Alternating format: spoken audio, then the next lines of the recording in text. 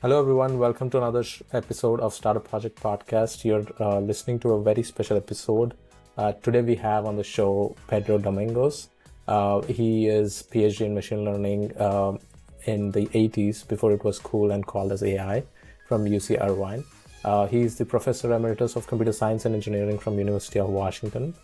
He's the author of 2 books.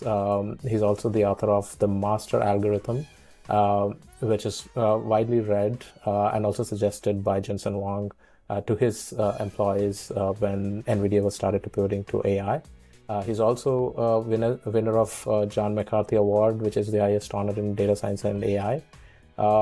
His works have been published in Wall Street Journal, Spectator, Wired, and other magazines. He's editorial board of Machine Learning Journal and helped start a bunch of fields in AI and machine learning, including statistic relational AI, data stream mining, adversarial learning, and influence maximization in social networks. I'm sure I missed some things because Pedro has a long career, but we'll have a great episode. We'll talk about AI and how it is changing technology and our society, and a bunch of interesting topics. Without further ado, Pedro, welcome to the podcast. Thanks for having me. So to set the stage a little bit, can you talk about your early career, and most importantly, why did you choose machine learning at a point when it's not cool? I would say, like, it's 80s. It's not like in 2010s, where I know some of my friends were doing machine learning, but at that point it was a well-established field. So I actually got my PhD in the 90s, not the 80s, so I'm not that senior. Sorry for aging you out. I apologize for my inexperience. But it was in the 80s that I got interested in machine learning. When I was an undergrad, I saw a book on AI, and I wondered, what could that be? It was actually the first AI textbook, and back then the state of the field was very primitive, and nobody in AI cared about machine learning. So a few people cared about AI, and then within AI, machine learning was hardly anybody was doing that. But what I immediately thought was, first of all, to solve AI, machine learning is the crucial thing. Without machine learning, we won't get there. I think these days everybody agrees with that. And with machine learning, I think we can. That was one part. Another part was I saw in AI the potential to have an impact in both breadth and depth like no other field. And, if you want to have impact, then you should pick a field like that. It was also, and this one may be a little counterintuitive, I also like the fact that AI was in a very primitive state. Mm. Because physics and biology are high impact fields, but boy, you have to spend a long time to get up to the research front, right? A lot of geniuses have already done their work before you, and you can stand on their shoulders, but it takes a while to get there. Whereas in AI, I just felt like I could start playing with this tomorrow and make some advances. Yeah, to get to the edge of physics, you have to do a lot more work than compared to to get to the edge of a new field. And it's also just harder to push the frontier, right? Because, they've been pushing it for hundreds of years, whereas in AI, even today, it's actually not that hard to push the frontier forward. Yeah, I mean, how do you see the, I think yesterday Nobel Prize was announced, and I think 3 people or 4 people, pretty much, there's a Twitter joke, I'm sure you've seen, that, all the 3 Nobel Prizes went to current and ex-Google employees. But I'm sure one of them, I think, is your colleague who received a Nobel Prize in chemistry, but pretty much feels like applied AI is what is gaining attention, both in terms of Nobel, but in general.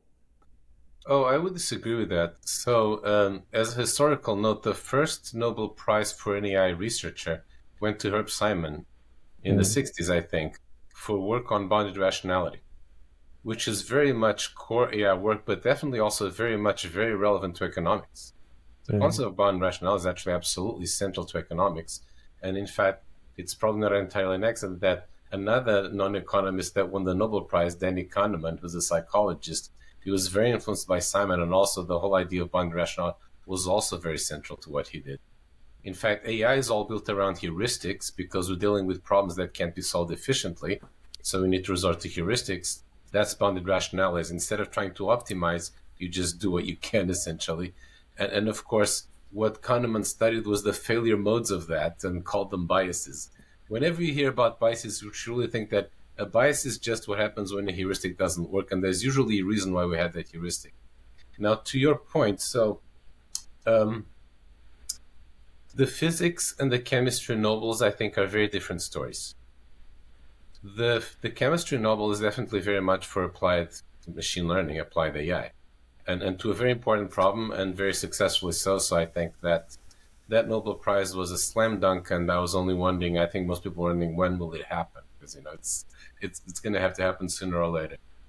The physics prize is a more interesting case, but among other things, I wouldn't say it's for applied AI at all.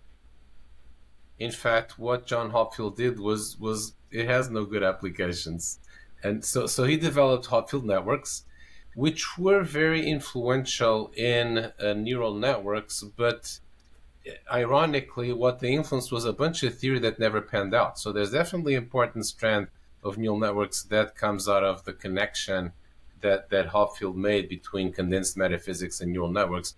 In terms of applications, that has gone nowhere. You could even say it's had a negative impact on the productivity of AI.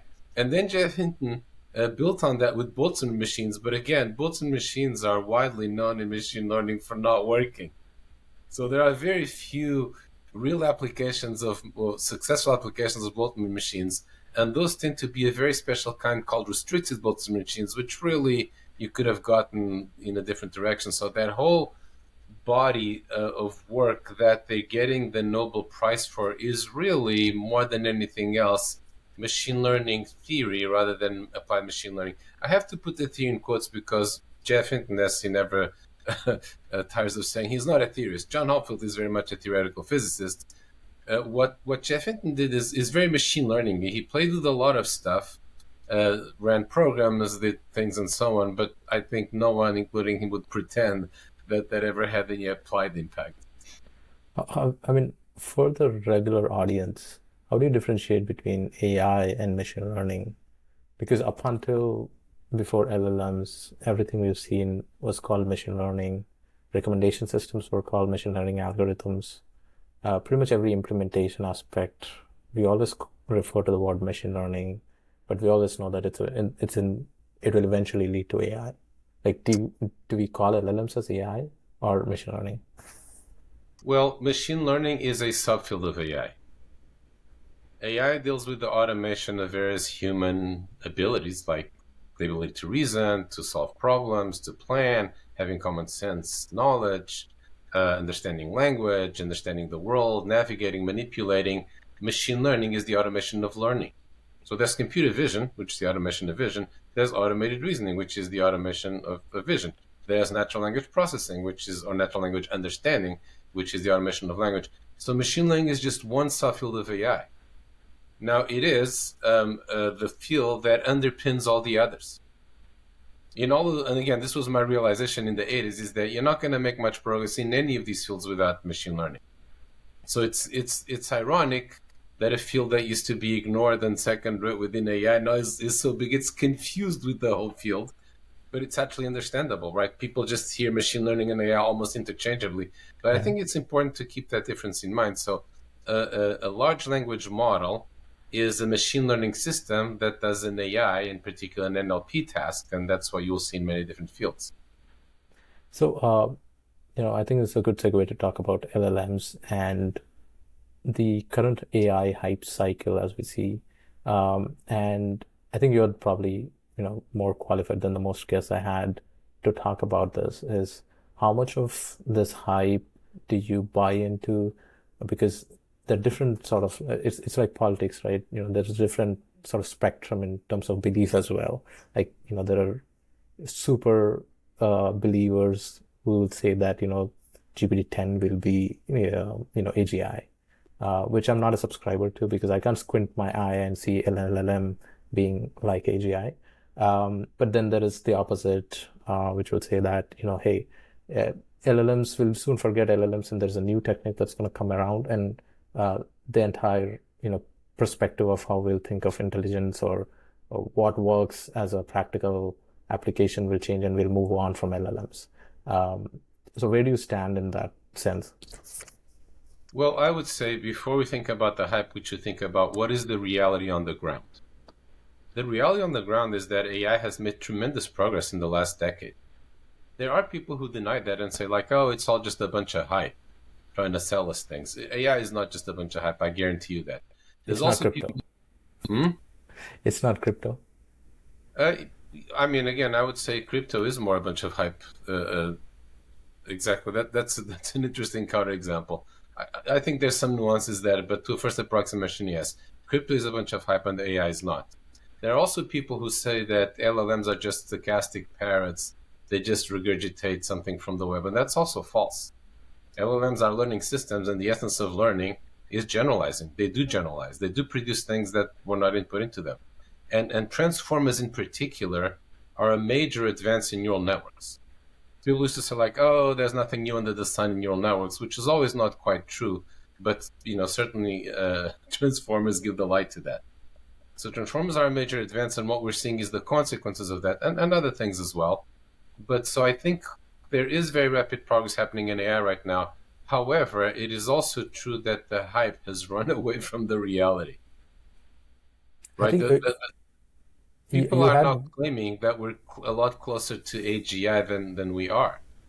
And that's dangerous too, right? We now have potentially a stock market bubble that will burst when AI doesn't fulfill its potential, which to me is a little alarming. And I think that the problem is that it's hard to keep these two ideas in mind at the same time. One is that we have made enormous progress in AI, and at the same time, there is way more progress left to make. Intelligence, the human brain, for example, is the most complex subject in the universe. It's complex, and maybe a lot of the complexity is probably superfluous, but still, we have come 1,000 miles in the AI since the field was founded in the 50s, but there's a million miles more to go, and we're going faster now. So that doesn't mean it'll take 1,000 times longer. I don't think it will, but we have to keep those two things in mind at the same time. Now, on this question of whether GPT-10 will be AGI or whether it'll be something other than transformers, I really don't think GPT-10 will be AI. If there's even GPT-10 by then, although I could very well see OpenAI calling whatever they're doing then GPT-10, but you shouldn't be fooled by that, right? There's the marketing side of things and the reality. I think there's an interesting question here, which is, so first of all, I strongly believe, and I think the great majority of the people in the field believe that tweaks on transformers will not get us there. There are some people at OpenAI and the places that do, and they may be right. And in a way, I hope they are, because that would shorten the path. But most likely, that won't be the case. Another question becomes, what are the major things that need to be added to transformers to get to human level intelligence? That's one path. Or if we just need to throw transformers away and just do something else, what should that be? And I honestly think these are both plausible roads to get there. And we're in a very high dimensional space, so there's probably you can get to the end point from either of these directions. I personally, as a researcher, my bet is that it'll be something different from transformers. And there's too little research on that right now, and too much research on tweaking transformers. Having said that, I know researchers who believe this, and they tend to just poo-poo and ignore transformers and the whole stack of things that underlies them. And I think that's a mistake. I want to understand what transformers do in order to beat them, right?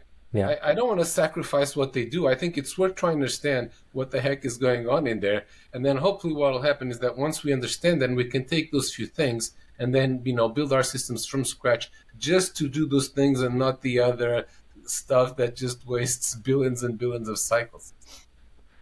What do you think of this comparison of models to human intelligence? I, for one, don't think they're similar, or I mean, in first, like, we cannot replicate our own intelligence because we don't understand how brain functions in the first place, is my belief, having read a little bit about, uh, you know, researchers trying to model brain and, comparing our intelligence and how our intelligence work. And I'm curious, like, what do you think of this comparison of LLMs as an intelligence similar to human intelligence? It's a confusion. It's a category error. a model is not a brain and a brain is not a model. Your brain contains a model of the world, and that's a very big part of it, but it's a lot more than that model of the world. And what we have today is in a way a little surreal, almost a little farcical, in that imagine, trying to, pretend that a model is a brain. Right? It's just a very strange thing, right? So we have LLMs, which are large language models, being used as people even call them foundation models, being used as the foundation of everything, which is just very weird, right? And I think people will look back on this and go like, what was wrong with them? What were they thinking? Why were they so confused? Again, it's not to say that doing a lot of work on better modeling is not worth it. We definitely need better modeling. In particular, we need better learning algorithms. But this idea that large language models are the foundation of AI, to me is slightly absurd. Yeah, I mean, And by the way, sorry, we are already moving away from it. If you look at O1, the ALM is already starting to fade into the background. And now it's about reasoning and doing these sequential things, things like reinforcement learning or not, which, of course, we knew that this is what was going to happen. Yeah. To your previous point that you made, it is that like the AI development is itself accelerated, and I think this bubble in one sense is accelerating it, right? Like for someone like Ilya Sutskever getting, I don't know, some incredible amount at $1 billion valuation, and his whole like thesis was that we'll do research on like propagate towards AGI, right? Something like that. And like there are now 10 companies, which are doing model development, whatever we call it, foundational or not. I think that itself is probably pushing more people faster towards next version of what this, next version of whatever LLMs, the next version of LLMs essentially. Well, we need to distinguish two different things here. One is the amount of investment in AI, which is ballooning like never before. And the other one is the amount of progress in AI.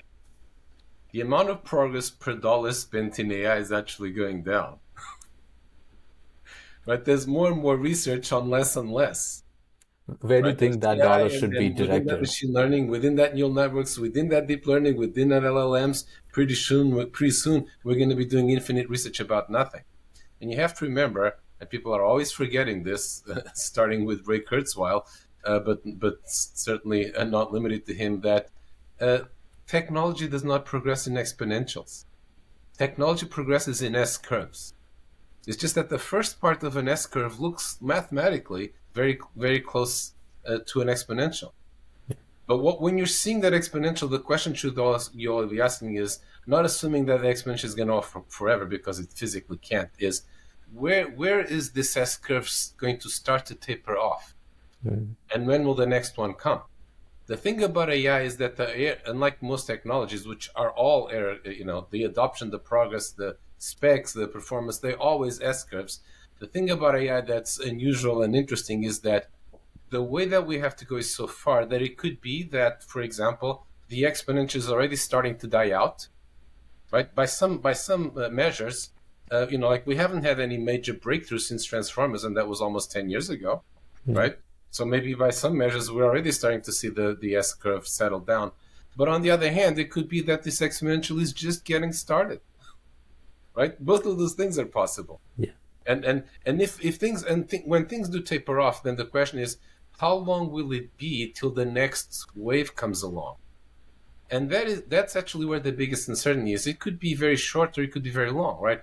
You often, like we've had that in AI, we have periods of rapid progress, and then there's a decade, for example, in speech recognition, which is a predecessor of all of this. That's where language models come from in machine translation, where for a while there was very little progress. The things were flat, and then the deep approaches came along, and for chances are that's what's going to happen. Where that next wave is going to come, it's hard to predict, because I think that it really depends on us, right? It depends on who researchers coming up with ideas. It's like Alan Kay said, the best way to predict the future is to invent it.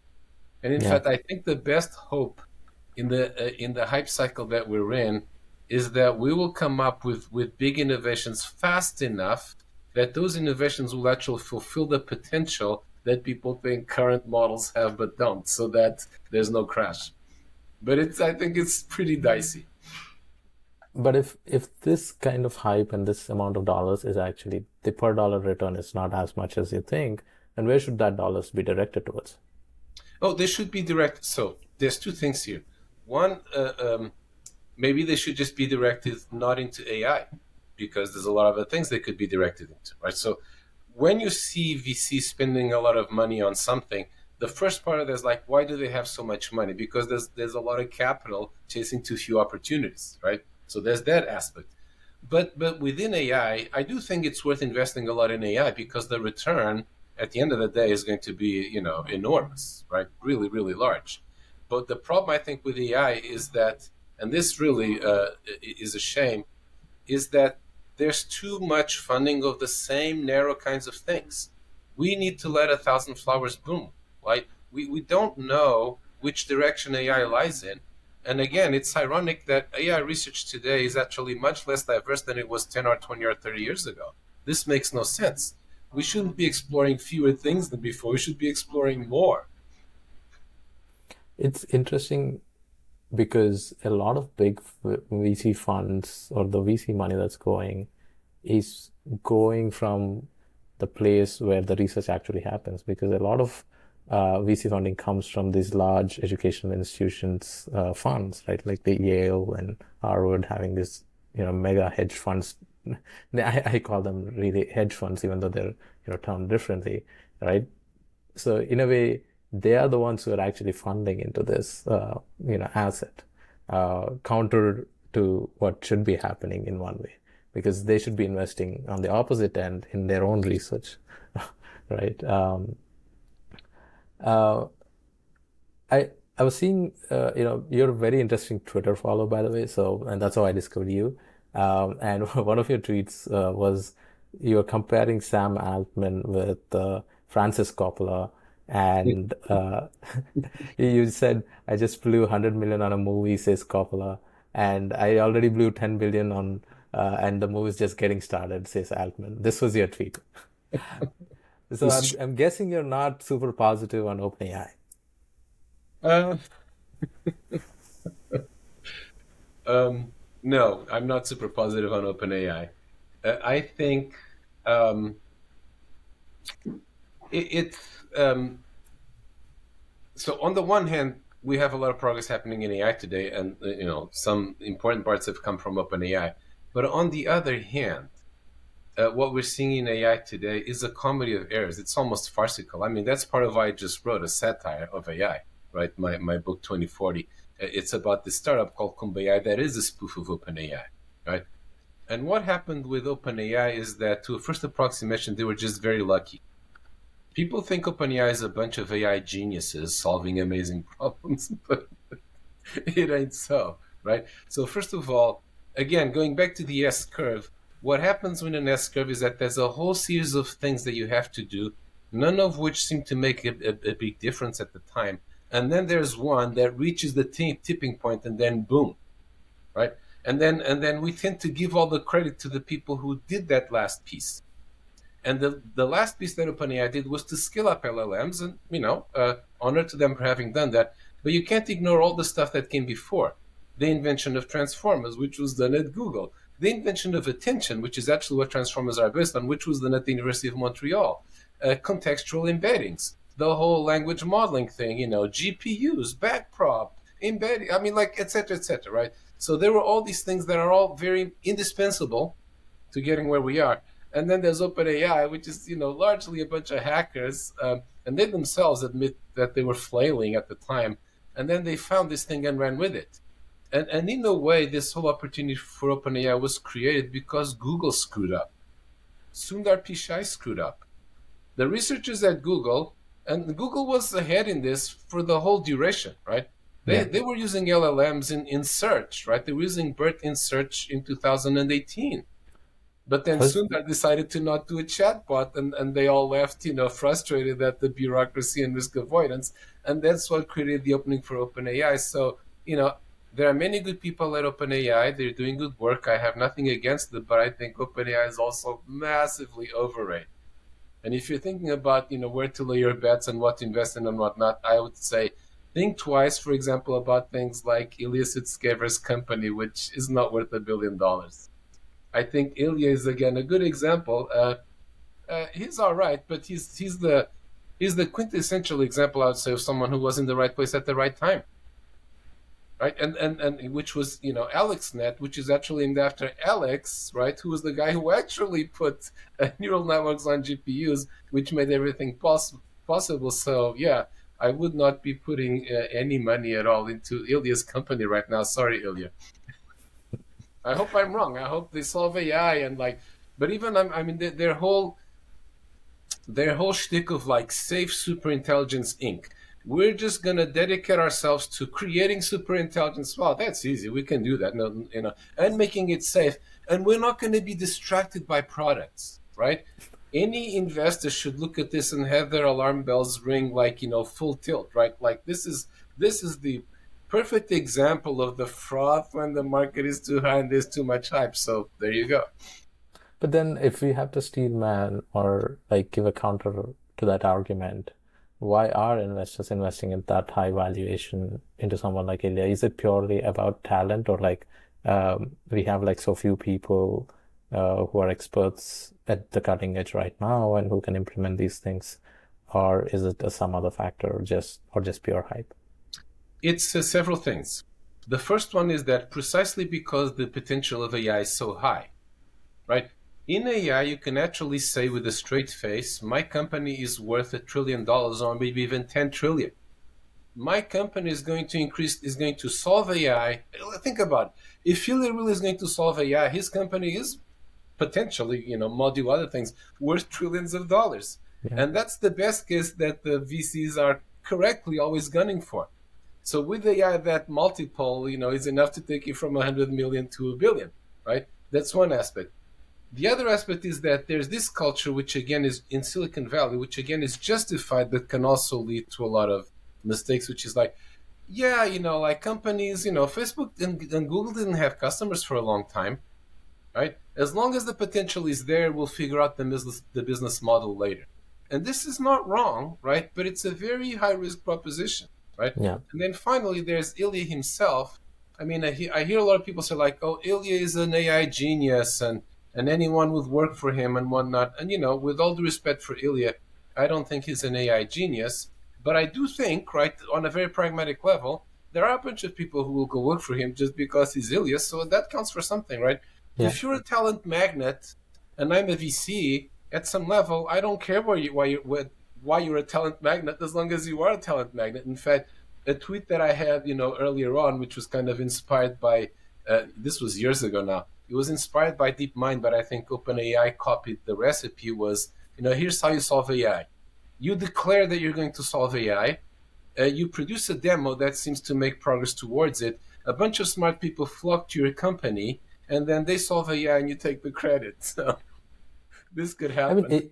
in one way, you can attribute the same with Elon, right? His ability, I think, for the last couple of companies was to attract world-class talent and put together great teams, right?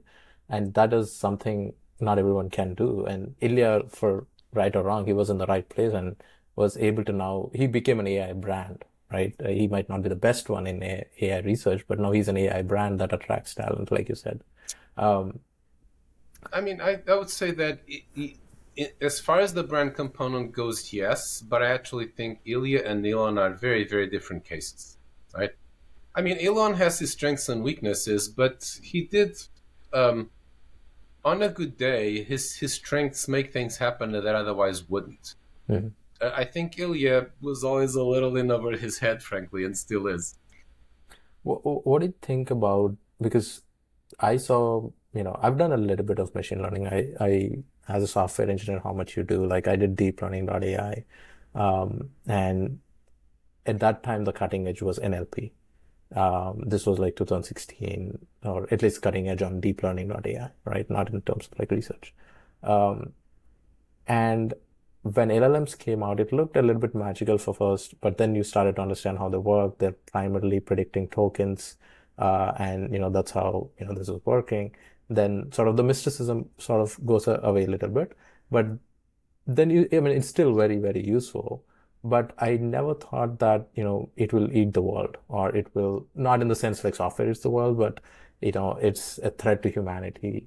And suddenly I see, uh, there's a petition that we should stop AI for 6 months.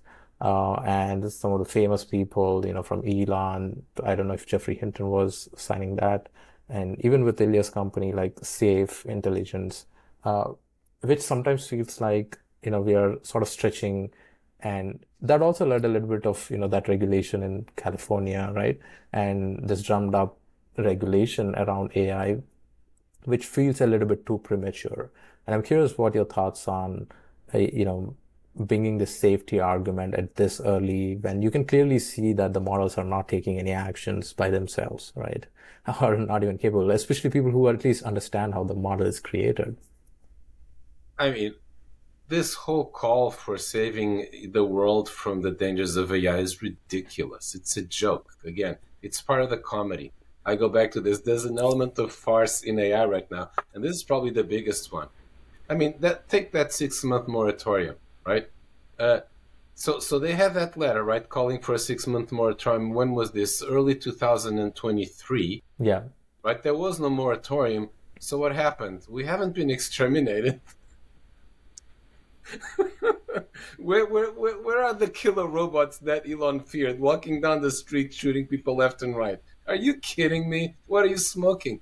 And again, the problem with a lot of this is that a lot of these people, Elon to the fore, they just read too much science fiction when they were teenagers and they never grew out of it.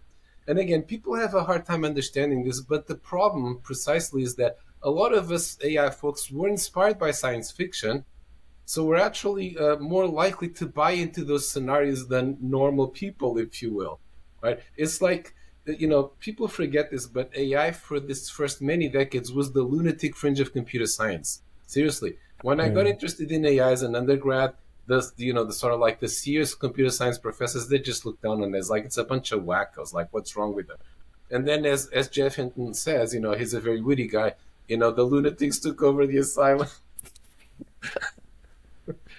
As he says, the lunatic fringe became the lunatic core. And now here's the thing: the open AIs of this world, and yet are the lunatic fringe of the lunatic fringe, and then the anthropics of this world. Check this out: are the lunatic fringe of the lunatic fringe of the lunatic fringe. They were the guys who were at OpenAI and thought they weren't doing enough to stop the big AI takeover, right? And then, of course, so there are these. I mean, sociologically, so there are these people who, again, uh, they can even be good AI researchers, but they just have this naive belief that like AI is going to sweep all before it. Uh, then there are the billionaires who, frankly, the Elon Musks and Jan Talents who are bankrolling this, right? Without their money, all of these institutes calling for regulation or what, they wouldn't exist, right? And then, to be, very honest, there's also the opportunists. A bunch of people have jumped on this because that's how they get a paycheck, is by raising the alarm about AI. But I Mm. think the public, right, needs to be aware of all of this. And when I talk to people, journalists, politicians, etc., at the end of, like actually everybody, at the end of the day, it always comes down to this: yeah, that whole thing just seems kind of dubious to me. But there are some very reputable people raising the alarm, so maybe we should take it seriously. And at that point, I have no choice but to explain to them why some of these reputable people, like Jeff Hinton and Yoshua Benjo, are a little cuckoo in this regard. Yeah, I mean, sometimes you're too close to the field that you sort of lose a little bit of objectivity that, that is like a common sense objectivity that is in the society. I think that you kind I, of see. I agree with that, but there's even it's again it's important to understand that the great majority of AI researchers don't believe in this crap. They're just not screaming about it. It's literally the silent majority. Right? Yeah. When I talk to like AI researchers, not the people at OpenAI, but people in many other places, they all think this is a little bit far fetched. They may have other concerns about AI, and some of them are justified, but the whole AI extinction risk is really not something that people take very seriously. The other thing is that a lot of these people, it's not just that. Yeah, I mean, you're right. Being very close to a field can distort your perspective, and I think there's certainly some of that. But it's also that the fact is that a lot of these people, and Jeff and Yosh are examples of this. They are bringing to their concerns on AI a view of the world that is just how shall I put it, a little out of touch with reality. They're extremely naive. They have this, very, I mean, again, it varies from person to person. But for example, Jeff, he has this like ultra left wing politics where, he really thinks the means of production should not be privately owned, right? You just have to know these things as context for when these people make statements. I mean, I think it's sort of like a societal problem in general that we take an expert in one field and take their opinion seriously in every field. Yeah. Right? That's sort of the package of, being famous, I guess, that comes with it. And we see that with, I mean, I don't know much about what Jeffrey Hinton's, actual politics or, capitalism versus socialism are, but I see this with Elon and the whole Twitter sphere, I think, is exaggerated because of this. Um, but I want to talk a little bit about your first book, Master Algorithm, and the concept of master algorithm. I only started reading it like a couple of days back when we finalized our time. Uh, but I think one interesting thing I really liked the way you started the book was you mentioned each instance in where you're interacting with machine learning, and which is sort of like I guess lost a little bit. And I'll tie this back to a criticism of Google in one sense is a little bit far-fetched because, and you might disagree with me on that, but the reason I say that is because they were still, even though they didn't, go and jump on the chatbot invention and some of those things, their products were already well advanced in terms of using some of these algorithms, especially the ones you mentioned in, match algorithm, whether it is, recommendation systems or predicting your next move on their websites, or especially the Pixel phone at that point, they were the only ones who were using machine learning heavily on the phone side. And I think that is sort of like a narrative that doesn't get much attention in terms of Google. I agree that they obviously lost the ball in terms of, Transformers and, stuff that happened afterwards. But that's the thought I got when I was reading, all the examples that you were listing in the book, um, in Master Algorithm. But can you talk a little bit about, the concept of, what you were trying to say in Master Algorithm? Well, by the way, I completely agree with you. Google was ahead in AI, to their Yeah. great credit, which is ironic because when Google started, Microsoft was ahead in AI. And when Microsoft started, IBM was ahead in AI. And I kept thinking, the same thing will probably happen to, just it's almost the law of physics. Mhm. At some point, the same thing will happen to Google. I used to think this back in like 2010, when Google could do no wrong, but I could already see the seeds of what would go wrong, even though not exactly what happened. And sure enough, right, it's happening to Google now. We'll see, right? These companies sometimes they manage to catch up and survive and prosper, and sometimes they don't, right? So we'll see what happens. But you're right. I mean, Google did an amazing amount in terms of putting machine learning into everywhere. And to get to your question about the intro to the master algorithm, which is all the ways in which machine learning pervades your life, people today are excessively focused on LLMs. Like you hear a lot of people talking about AI as if LLMs are AI. They make no distinction between the two. And if you woke up yesterday and haven't learned much, you probably think that's all there is to it. But here's the thing: LLMs are nothing compared to the major applications of AI today. And again, like things like copilots and all of that, and there's a lot of good things happening, but all of that, as good as it is still incipient. And compared to, for example, recommender systems, Yeah. it's nothing. It's 1% in terms of impact, or not even. The number one application of AI in the world today is recommender systems. Yeah. It's choosing the web pages that you see, the tweets, the posts, the music, the films, the products, the everything. AI is a huge force in the world today, and was already a huge force 10 years ago. And even to some extent, 20 years ago, this actually was already happening. AI was being used for personalization, for customer blah blah, right? All of this is still there and still very important. And by the way, for a lot of these applications, deep learning is not the best method. Another current misconception is like, oh, deep learning has swept everything towards it.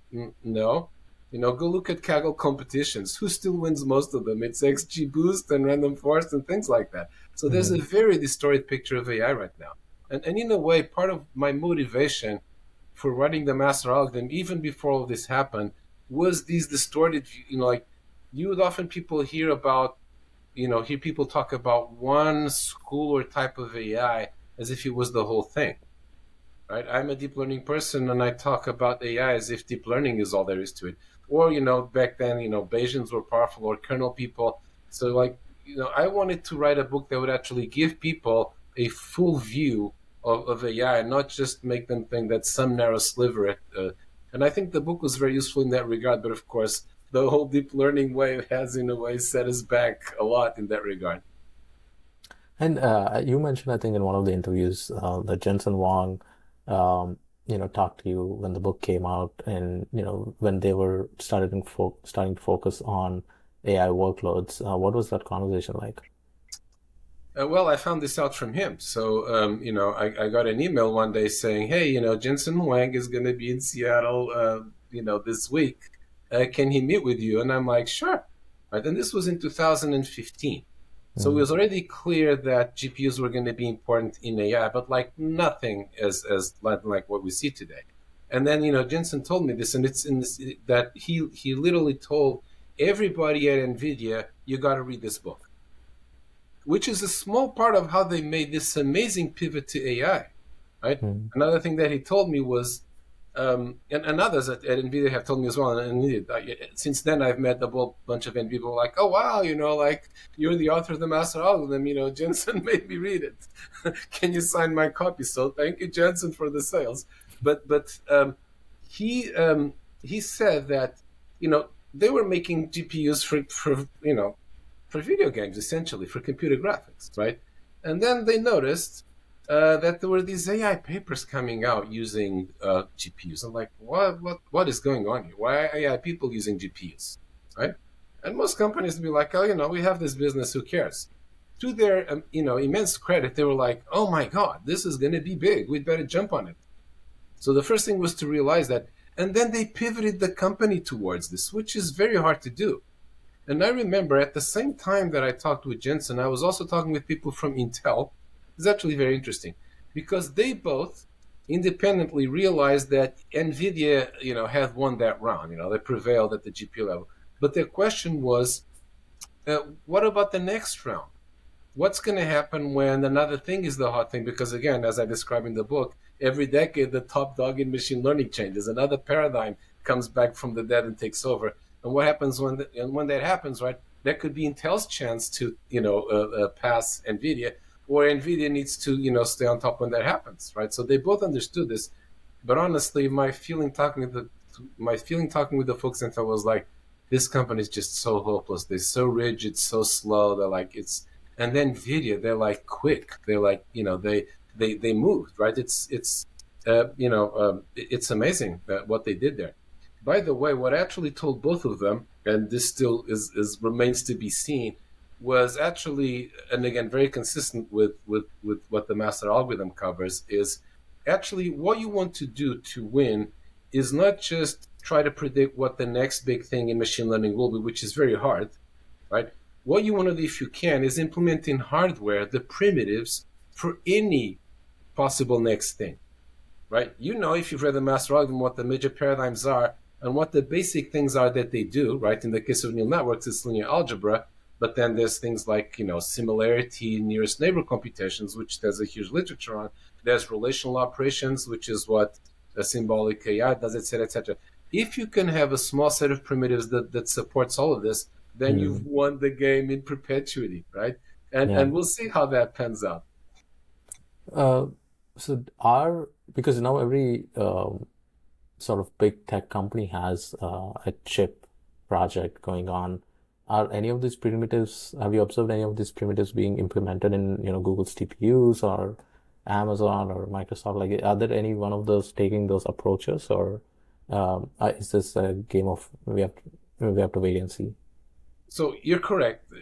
All of these companies, not just the chip companies, but the cloud companies, the tech companies, they all have their chips. And there's actually and then there's the startups, right? There are in some ways, I would say the more interesting things happening right now are all these startups, and I wouldn't be surprised if one of them winds up, beating Nvidia, right? Stuff like that happens all the time, and the folks in Nvidia understand that very well. They are truly paranoid, but they learned Andy Grove's lesson, which Intel forgot, which is only the paranoid survive. Yeah. Now, having said that, I would say, and painting with a broad brush here, that for the most part, was what everybody's focused on right now is, for understandable reasons, is doing deep learning more efficiently, which is interesting because GPUs, as much they're a lot better for deep learning than CPUs, they are far from ideal, right? GPUs waste an enormous amount of memory, energy, bandwidth, etc. Doing it right.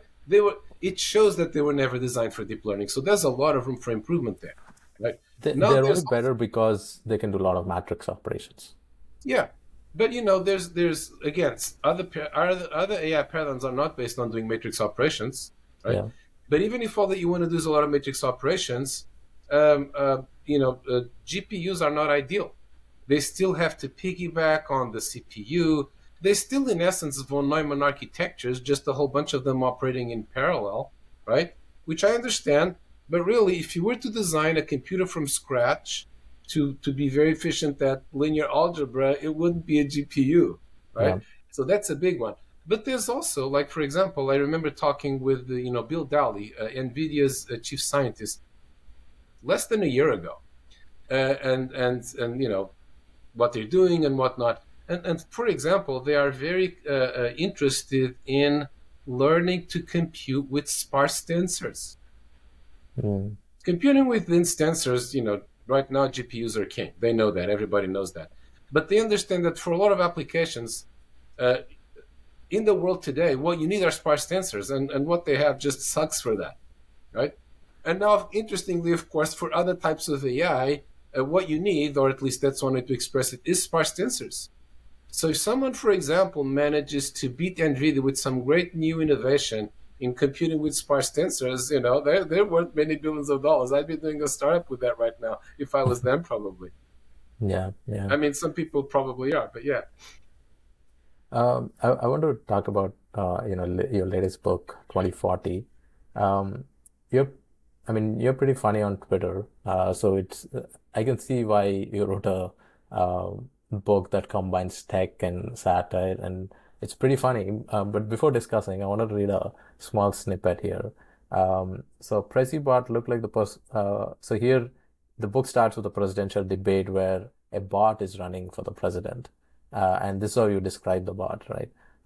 President looked like a perfect presidential candidate, a carefully optimized composite of past presidents, high-polling politicians, and desirable male traits: tall, square-jawed, deep brown eyes, and graying hair, a smart suit, and a red tie resting easily on the chest that contained its electronics. Only the face and hands were covered in synthetic skin to save money, but no one besides Ethan and his Cum AI crew knew that. Um, Still, two things gave President always away as a robot: a slightly jerky hydraulics, they were still debugging that, and the mandatory R that all robots were required by law to have imprinted on their forehead. So this was your description of Prezi-bot. Do you think, and I think there was a joke, or not joke, but a practical AI running for some election in the US. I don't know if you followed that. Um, what is the whole thesis around, how would tech look in, or AI look in 2040? I mean, beside the book. Well, first of all, that passage is actually a good sample of the book because if you read it, it's fun, right? It's meant to be fun. But if you read it carefully, every single sentence in there is making a point, is making a commentary on some real issue or aspect of AI. Right? And that is the tone of the whole novel, is that it's kind of like funny and fast-paced and whatnot. But everything in there is by design to illustrate some real point. So my goal is that you read the book and actually come out knowing a lot more about AI, maybe more than you think you know, and actually more than a lot of people in the AI business know. So that is very much, I think, what. And of course, the character of Prezi-bot itself is an illustration of something. And as you say, in fact, someone is running for mayor of Cheyenne, Wyoming. An AI, let me put it this way, an AI is running for mayor of Cheyenne, Wyoming right now, or is going to do it soon. And this is actually a guy who says he's running on behalf of the AI because legally the AI can't run. In 2040, I have a more interesting way to let that happen based on some Supreme Court decisions, which again are a commentary on various real things. But that's the least of the examples. There's an AI Lincoln that's says he's going to run for president in 2024. There was an AI candidate in an election for mayor in Tokyo a few years ago that came in third. There was an AI opponent to Putin in Russia even further back. There's a synthetic party in Denmark. So there's a whole bunch of examples like this. And in fact, I first conceived of this book in 2020. So the idea is really predating, like the plot of the book is basically ChatGPT runs for president. But when I conceived of the book, I couldn't have stated that way because there was no ChatGPT. But finally this year I was like, I got to publish this book now because so much of what I put in it satirically is happening. So you were writing this book even before ChatGPT came out? Hmm? You were writing this book before ChatGPT came out? Oh yeah, absolutely. The book was almost entirely written. In fact, at the time ChatGPT came out, the book was finished, and I was in the process of revising it. Right, the book went through several levels of revision, like every book should. First, I showed it to a bunch of friends, and I had basically finished that, or I was finishing that at the time that ChatGPT came out at the end of 2020, but then it went to like my age and like et cetera. So I mean, part of the problem is that the publishing industry just moves at a different speed than the tech industry, right? And it's like I can't wait 2 years to publish this book. But yeah, a lot of let me put it this way: the book was not based on ChatGPT, but it could have been, because it was based on the things that gave rise. I mean, like the book is a very classic science fiction exercise in let us take current trends and extrapolate them to the limit. In AI, in the tech world, in politics and culture and everything, that's what the book does. So that book was an extrapolation of the stuff that I could see in 2020 and 2021. And again, so far, all of that extrapolation is remarkably accurate. We'll see where it goes.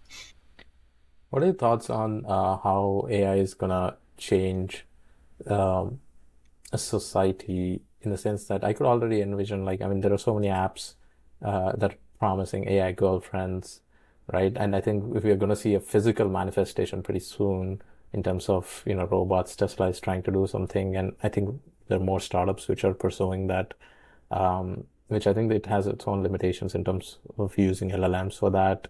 But I mean, there's a chance that 2040 is going to look very drastically different from 2024. Any thoughts on like how it's going to look? So I think AI is drastically going to change society, and many of the elements in 2040 are there to illustrate this. So for example, there's this big tech company in 2040 called HappyNet, and which then tries to acquire Kumbaya and has this megalomaniac CEO. Again, you can see who this might be based on. But HappyNet is the everything app, which, for example, exists in China, and every US tech billionaire wishes they could do it. It's just hard because every company owns a different piece of this. But all of those apps are built on this thing that, Dave Newell, the CEO of HappyNet, invented, called the neurosniffer, which is a sensor in your cell phone that senses your pheromones and understands your emotional state, and therefore allows you to manipulate your emotional state, which again is a caricature of exactly what these companies are doing. But AI and progress in AI will let you do that better. And of course, part of the joke is that this, HappyNet has these 7 divisions, each one of which is one of the 7 deadly sins. So the last division is the dating apps, which are AI powered, right? The greed division is the finance apps, which of course are AI powered, et cetera, et cetera. So you see how, on the one level, this is a commentary on what is there today, but the other one, it's a tongue-in-cheek look at how these things might turn out, right? I mean, I think there's something important to realize here, which is 2040 isn't really about 2040. 2040 is a caricature of 2024.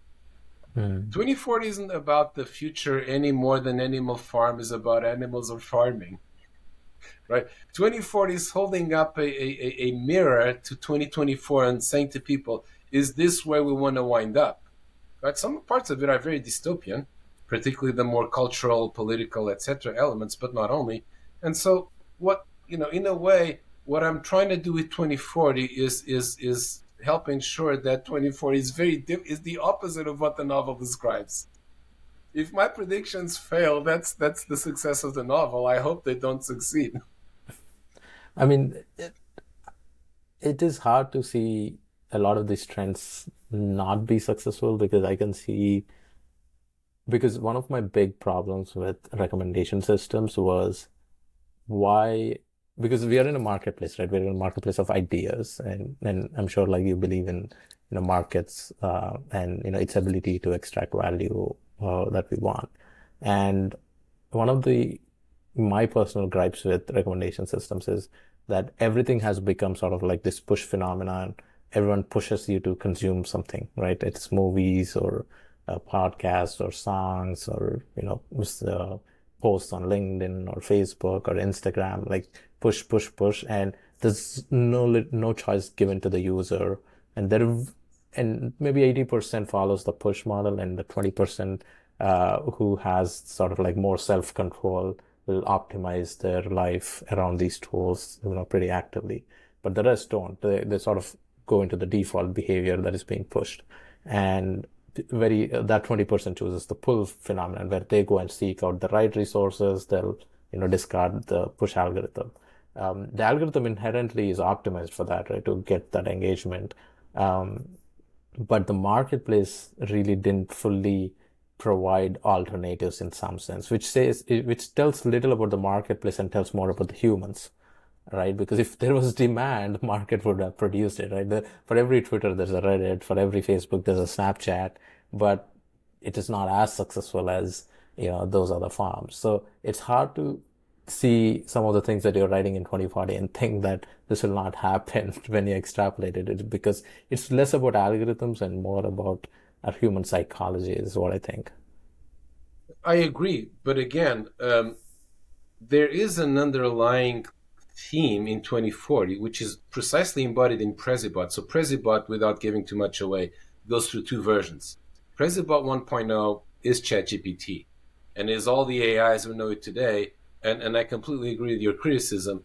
My point, however, is that part of why the demand isn't there is that people don't know what AI could do for them.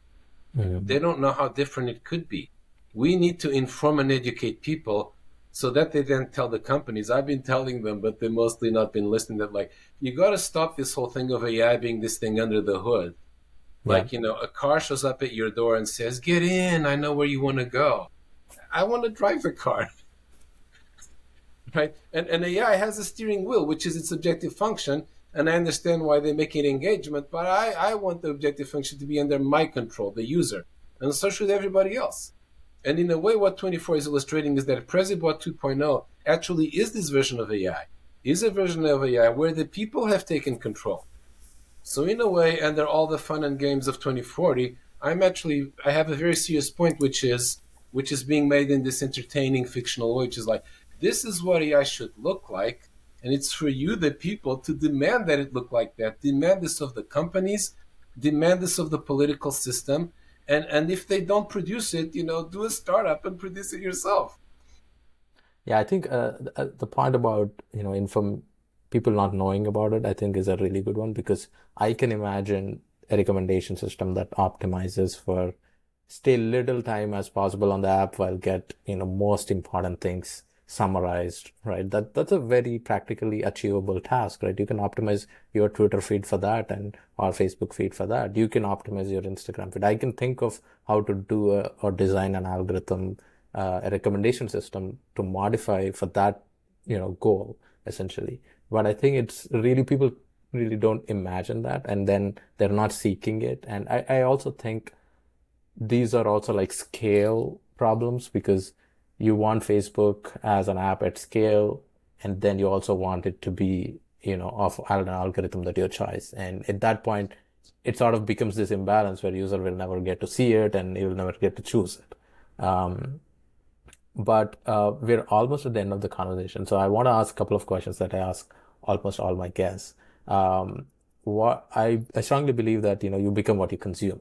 So I want to know what you consume, or what are your sources of consumption, like, be it podcasts or Netflix or Twitter, or what are the sources that you believe and consume from?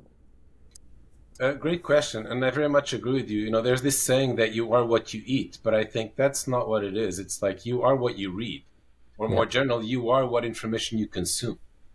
And I think you can predict more about someone from what they consume, from what information they consume, from what their sources are, than almost from anything else.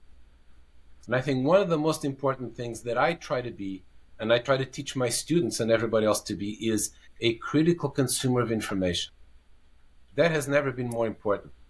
So one of the first things that I try to do is I try to have a diverse set of information sources. And this has changed over time in interesting ways. So for example, I started reading the New York Times when I first came to America in the 90s, as a grad student. But then after all, I was like, this is, and I was pretty left-wing then, and I kind of agreed with them. But I was like, this, what they're saying is just always too much hammering on the same point of view. And then I said, like, well, what I'm going to do now is, in addition to spending half an hour every day reading the New York Times, I'm just going to spend a few minutes skimming the headlines of the Wall Street Journal, right? Just to see what they say, right? And this was like maybe in the early 2000s, so a while ago now.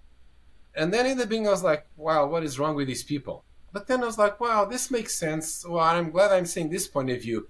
Fast forward another 10 years, and it's like, wow, the New York Times is completely messed up. The Wall Street Journal is right about almost everything. I remember this election where there was an op-ed piece making a list of the things about which the Democrats were wrong. It was not a short list. And I was like, yep, right? And no, but not so.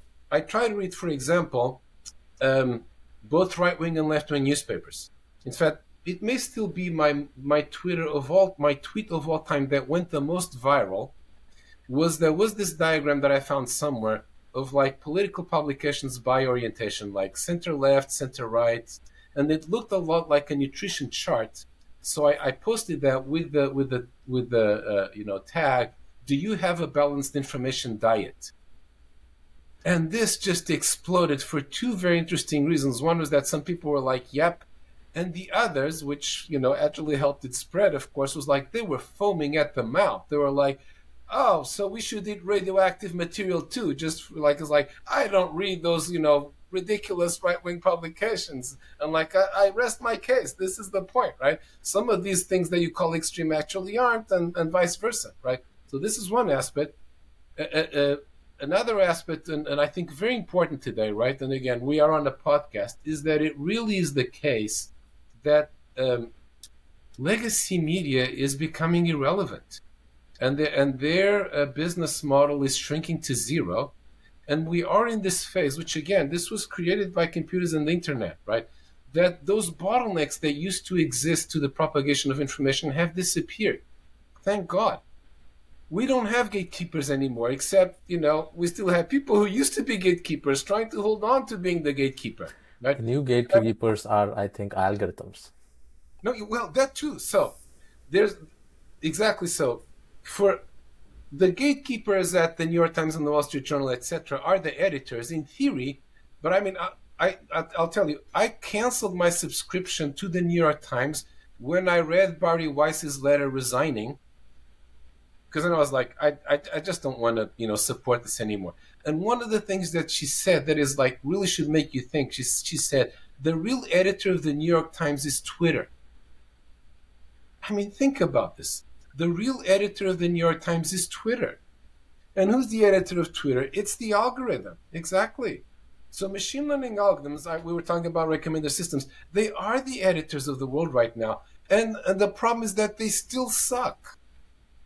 Right? I wish, if the Twitter algorithm was better, Twitter would be 100 times more useful and less time wasteful to me than it is now. So as the AI gets better, right, these media will I mean, like, you, the New York Times or the Wall Street Journal, you can't compete with the millions of people on social media, provided that there's a better curation. And then of course they scream, oh, misinformation, blah, blah, blah, which is true. There's a lot of crap on the internet, but the crap doesn't matter. What matters is the 5 or 1% that isn't. That 1% is better and more than anything the New York Times can publish. And this is a sea change. And people should be nervous about this because there's a lot that can go wrong in the process, right? Right now, what we have is this global information system that is kind of flailing and doesn't know where it's going. The potential is wisdom of the crowd, but the reality is often madness of the mob. But I say, this is what machine learning and mechanism design are for, right? There's this whole field in AI and economics of mechanism design. We need to design better mechanisms. And again, this is what 2040 is about. President 2.0 is a piece of mechanism design to better empower the people to learn and influence. It's crowdsourced AI, right? The real power of AI is not in being, the AI. Is it being the process by which the contributions of all of us get combined into what each one of us needs? And this is where we're going. And probably once we get there, there'll just be no role for the legacy media anymore. But in the meantime, this is going to be a very bumpy ride. I think that we are already crossed the chasm in terms of who has more influence. Oh, yeah. At this point, yes. But at this point, I don't think legacy media is even a term that makes sense because it's a very small media that is old. It is like any other website now, right? I don't think there is. I think we've reached a pivotal point a couple of years back. So I would say that I think you're conflating a couple of different things there.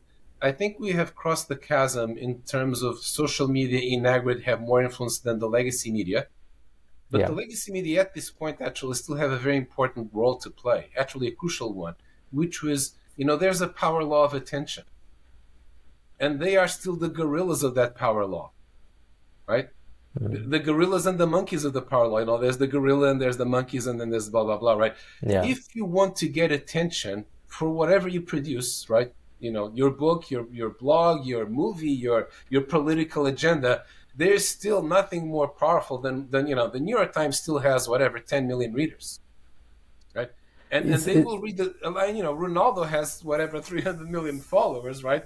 But Ronaldo does not influence politics the same way that the New York Times does. So this is one aspect. But the other one, which I was referring to, which is more important, is we need to cross the chasm in terms of our information system, where there are no longer the bottlenecks that there were in the days of broadcast and print, has not found a good way to work, right? Mm-hmm. There are still a lot of pathologies. And again, a lot of that is we need better machine learning. The solution is not to tamp down on social media and censor them and outlaw them and forbid teenagers from using it and whatnot. No, we need to improve the system, which we can with AI, and that's what we should be focused on. And that chasm, I don't think we've crossed yet. Makes sense. But what are you consuming now? So I also try to consume a lot of varied things besides. So concretely, on any given morning, just like I did that this morning, right?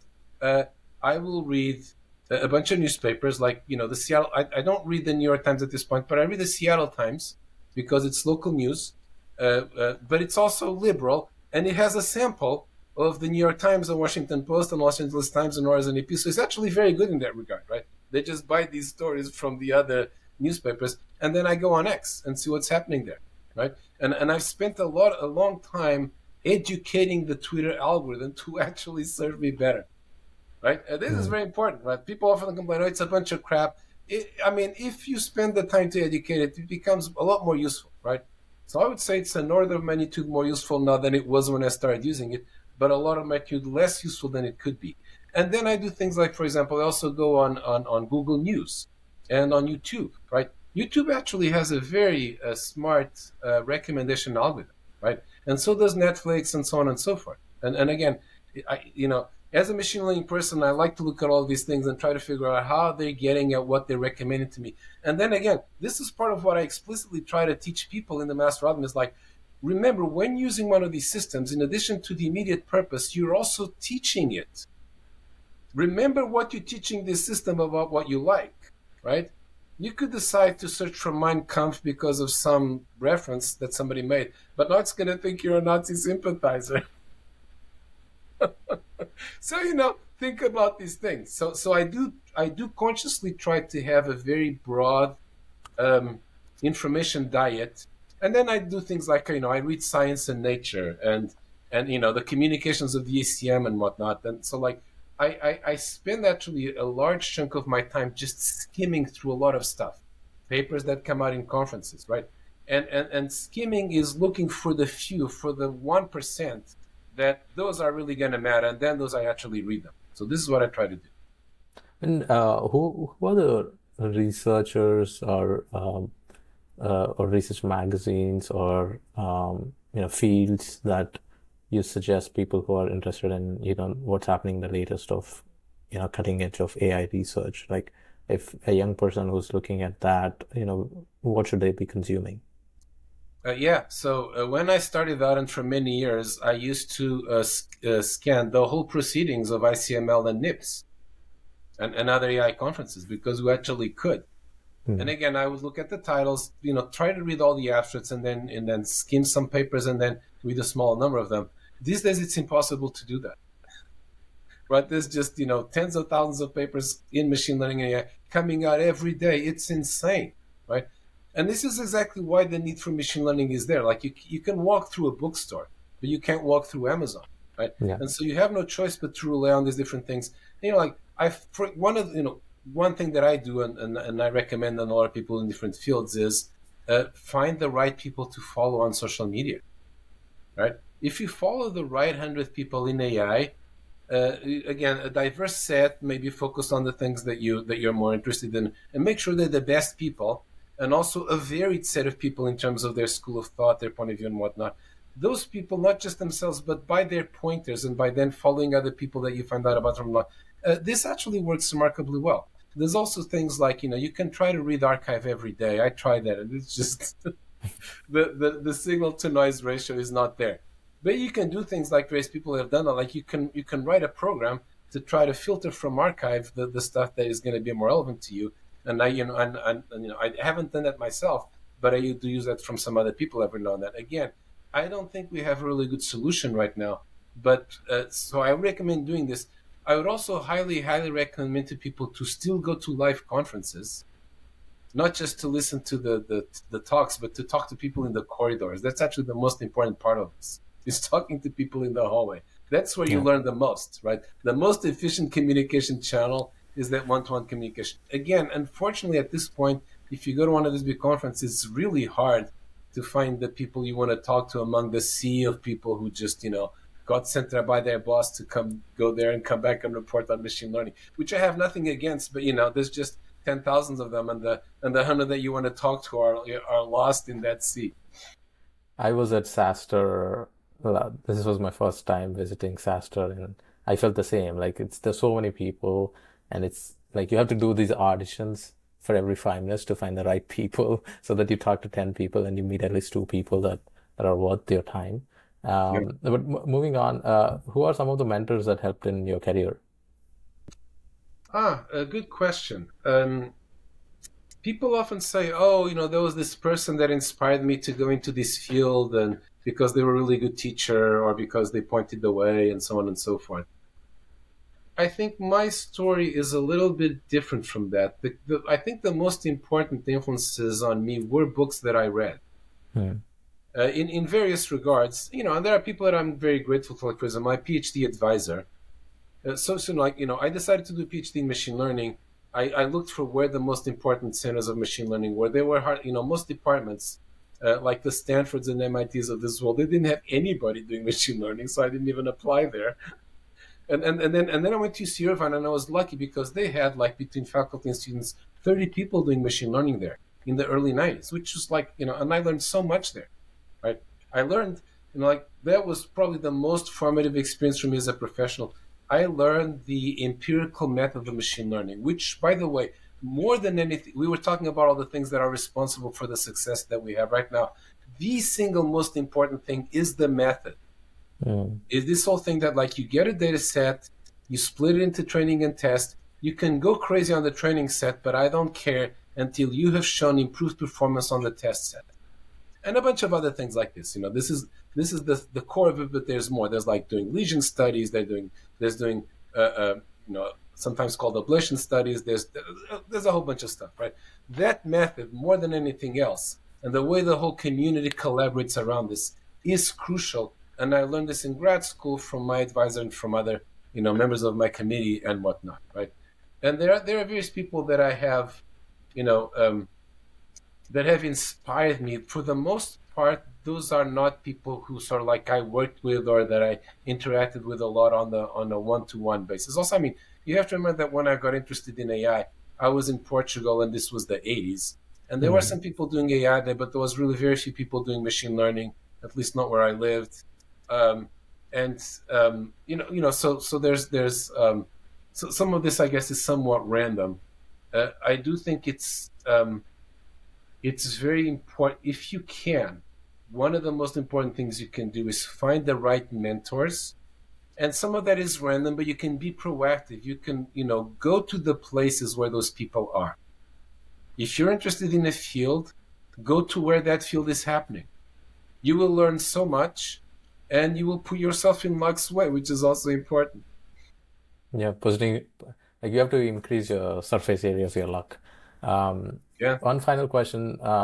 What do you know about being a researcher or professor that you wish you knew when you were starting out early in your career? Wow, this could be a whole other podcast. Um, I have learned, so this is something I often say to my students because I think it's really true and really important.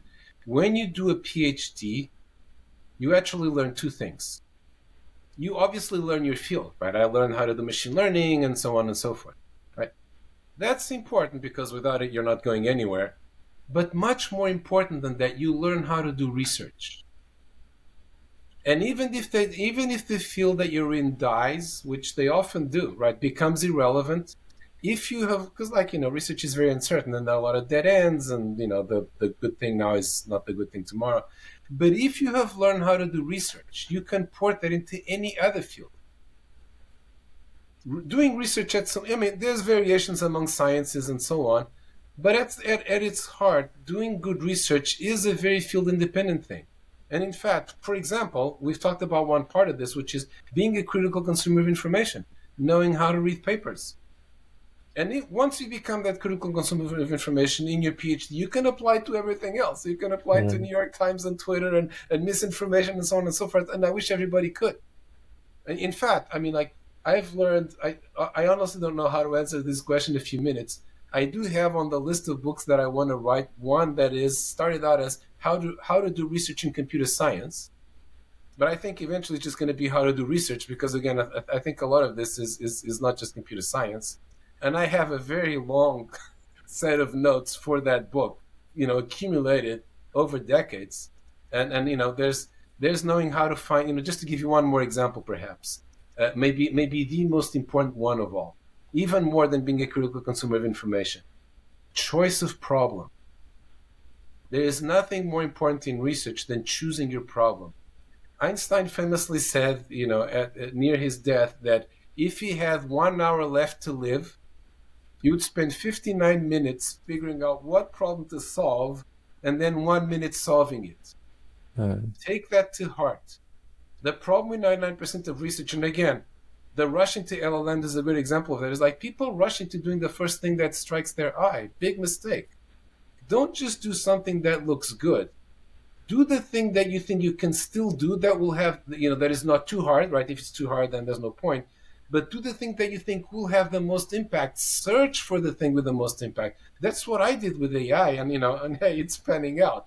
So choosing your problem, and again, now that of course there are many heuristics about how to choose your problem, and then that's how you go about it, and there's a whole galaxy of things. But yes, I have learned an enormous amount about how to do research, compared to when I was 22 and got interested in AI, and in some ways, I think that knowledge that I've gained is my biggest asset today, right here.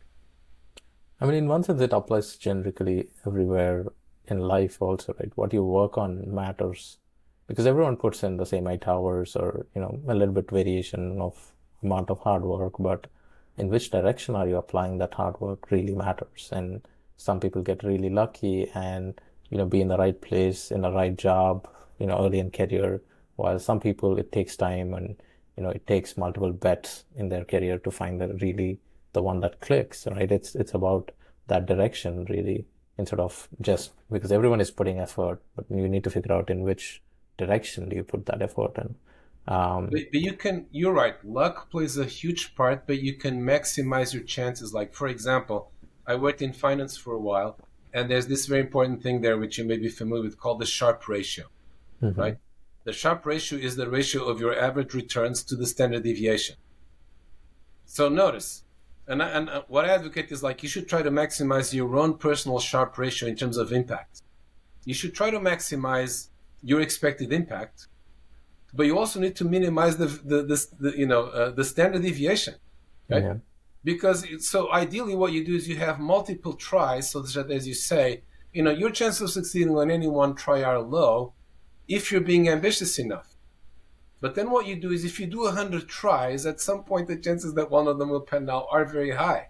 And that one will pay for all the others. This is what's true of the research community in general. This is what's true of startups. I would say this is true of what's doing any innovation, any risky enterprise. These things apply to it.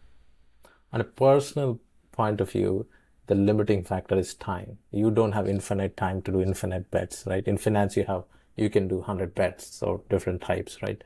In life, you don't have so much time to do so many bets. So you pick carefully on what works.